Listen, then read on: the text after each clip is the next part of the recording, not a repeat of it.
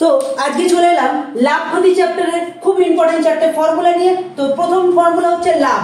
লাভ আমাদের কখন হয়? যখন বিক্রয় মূল্যটা বেশি হয় আর ক্রয় মূল্যটা কম হয়। তাহলে আমরা জানি সবসময় বড় থেকে ছোট বিয়োগ করতে হয়, তাহলে তাই করব বিক্রয় মূল্য মাইনাস ক্রয় মূল্য। বিক্রয় মূল্য মাইনাস ক্রয় মূল্য করলে হবে আমাদের কি হবে?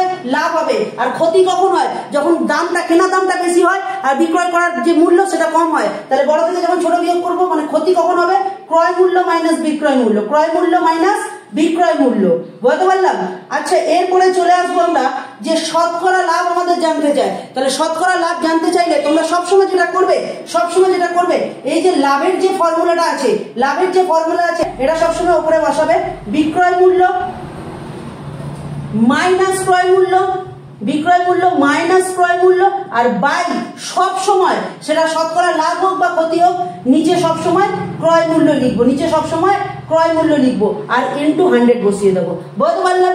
যদি বুঝে থাকো তাহলে শতকরা ক্ষতিটা তোমরা অবশ্যই আমাকে কমেন্ট করে জানিও, ঠিক আছে? আর ভালো লাগলে চ্যানেলটাকে সাবস্ক্রাইব করে দিও। চলো, টাটা।